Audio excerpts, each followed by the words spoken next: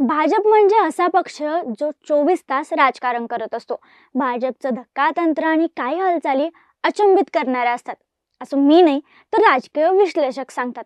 याचं कारण म्हणजे विधानसभा असो लोकसभा असो, भाजप नेहमीच नवीन असं काहीतरी करत असतं आणि आता येणाऱ्या लोकसभा निवडणुकीत देखील असंच काहीसं होण्याची शक्यता आहे। कारण सध्या सगळेच पक्ष लोकसभा निवडणुकीच्या तयारीला लागलेत। अशातच महाराष्ट्रातून काही नेत्यांचा पत्ता कट करत नवीन चेहऱ्यांना संधी दिली जाण्याची शक्यता आहे। जाणारे आणि येणारे ते नवीन चेहरे कोणते आहेत हेच या व्हिडिओच्या माध्यमातून जाणून घेऊयात। नमस्कार, मी संजना, तुम्ही पाहताय टीओडी मराठी। लोकसभा निवडणुकीसाठी भाजप आतापासूनच तयारीला लागली आहे। जानेवारी महिन्याच्या शेवटी काही उमेदवारांच्या नावाची घोषणा केली जाऊ शकते अशी कुजबूज ऐकायला मिळते। मात्र यामध्ये लोकसभेतील काही खासदारांचं तिकीट कापलं जाणार आहे, तर राज्यसभेतील काही खासदारांना निवडणुकीच्या मैदानात उतरवलं जाणार आहे। कारण काही महिन्यापूर्वी भाजपने पक्षांतर्गत केलेल्या सर्वेनुसार भारतीय जनता पक्षाच्या काही खासदारांचं काम चांगलं नाहीये, त्यांच्यावर नागरिक नाराज आहेत, यामुळे त्यांचं तिकीट कापलं जाऊ शकतं असं म्हटलं जाते। किंवा नव्या चेहऱ्यांना संधी देण्याची जी भाजपची रणनीती आहे ती नेहमीच त्यांना यश मिळवून देत आली आहे, त्याचा अवलंब देखील ते करू शकतात। शिवाय गिरीश महाजन स्वतः काही दिवसांपूर्वी बोलले होते की उमेदवारीबाबत भाजपचे हायकमांड निर्णय घेत असतात। गेल्या काही वर्षांमध्ये आपण अनुभव बघितले तर भाजपचे माजी खासदार स्वर्गीय हरिभाऊ जावळे असतील, आमदार स्मिता वाघ असतील, तसेच खासदार उमेश पाटील यांचं उदाहरण असेल। ऐनवेळी कशा पद्धतीने या उमेदवारांची तिकीट कट करण्यात आलेत, त्यामुळे हा भाजपच्या हायकमांडचा निर्णय आहे। ऐनवेळी काहीही होऊ शकतं।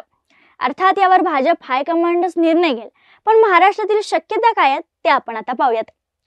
या नेत्यांपैकी पहिलं नाव येते ते म्हणजे नितीन गडकरी यांचं। नितीन गडकरींना तब्येतीचं कारण सांगून बाजूला केलं जाऊ शकतं आणि त्या जागी देवेंद्र फडणवीस असतील अशी देखील मध्यंतरी चर्चा सुरू होती। दुसरं नाव म्हणजे दानवे यांचं, अर्थात त्यांना देखील तब्येतीचंच कारण सांगून बाजूला केलं जाऊ शकतं। तिसरं नाव म्हणजे पूनम महाजन यांचं। सध्या त्या उत्तर मध्य मतदारसंघाचं प्रतिनिधित्व करतात। 2014 पासून त्या तिथल्या खासदार आहेत, तर त्यांना बाजूला करून त्या ठिकाणी त्यांच्या मतदारसंघात आशिष शेलार किंवा विनोद तावडे तगडे उमेदवार ठरू शकतात असं भाजपचं सर्वेक्षण सांगते। त्यामुळे भाजप यांचं म्हणजेच महाजनांचं तिकीट रद्द करू शकतं आणि त्या ठिकाणी शेलार किंवा तावडेंना संधी देऊ शकतं। चौथं नाव आहे ते म्हणजे रक्षा खडसे यांचं।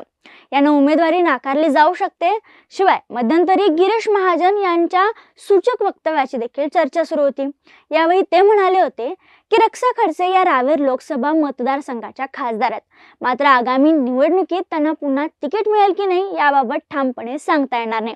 यानंतर अनेक ठिकाणी चर्चेला ऊत आला होता, त्यामुळे त्या ठिकाणी गिरीश महाजन यांना रावेर मतदारसंघातून संधी दिली जाऊ शकते। पुढची जागा आहे ती म्हणजे पुण्याची। गिरीश बापट यांच्या निधनामुळे ती जागा सध्या रिक्त आहे। ती जागा मात्र सरप्राईज असल्याचं बोललं जाते। काही महिन्याभरापूर्वी ती जागा नरेंद्र मोदी लढवू शकतात अशी देखील चर्चा सुरू होती, किंवा अजित पवार गटाकडे ही जागा जाऊ शकते असं देखील सांगण्यात येते। याशिवाय वर्ध्यातून रामदास तडस यांना वय आणि तब्येतीचं कारण सांगून तिकीट नाकारून त्या जागी प्रदेशाध्यक्ष बावनकुळे यांना संधी दिली जाण्याची शक्यता आहे। सध्या तरी या इतक्या नावांची चर्चा सुरू आहे। तसं पाहायला गेलं तर नुकताच निवडणूक झालेल्या 3 राज्यात मुख्यमंत्री पदासाठी नेता निवडताना भाजपच्या केंद्रीय नेतृत्वाने ज्या धक्कातंत्राचा अवलंब केला तसाच वापर महाराष्ट्रात आगामी लोकसभा आणि विधानसभा निवडणुकीत केला जाणार असल्याचे संकेत आहेत। या अंतर्गत काही खासदारांची तिकीट देखील कापली जातील। आता काही खासदारांचं तिकीट कापलं गेलं तर ते बंड पुकारून दुसऱ्या पक्षाच्या तिकीटावर किंवा अपक्ष निवडणूक लढतील का हे पाहणं तितकंच महत्त्वाचं ठरणार आहे। दरम्यान महाराष्ट्रातून आणि कोणत्या नेत्याचा पत्ता कट होऊ शकतो असं तुम्हाला वाटतं, आम्हाला कमेंटमध्ये नक्की सांगा। आमचा हा व्हिडिओ आवडला असेल तर नक्की लाईक करा आणि अशाच व्हिडिओसाठी टीओडी मराठीचं फेसबुक पेज आणि यूट्यूब चॅनलला फॉलो आणि सबस्क्राईब करायला विसरू नका। Times of democracy, TOD Marathi, लोकांकडून लोकांसाठी।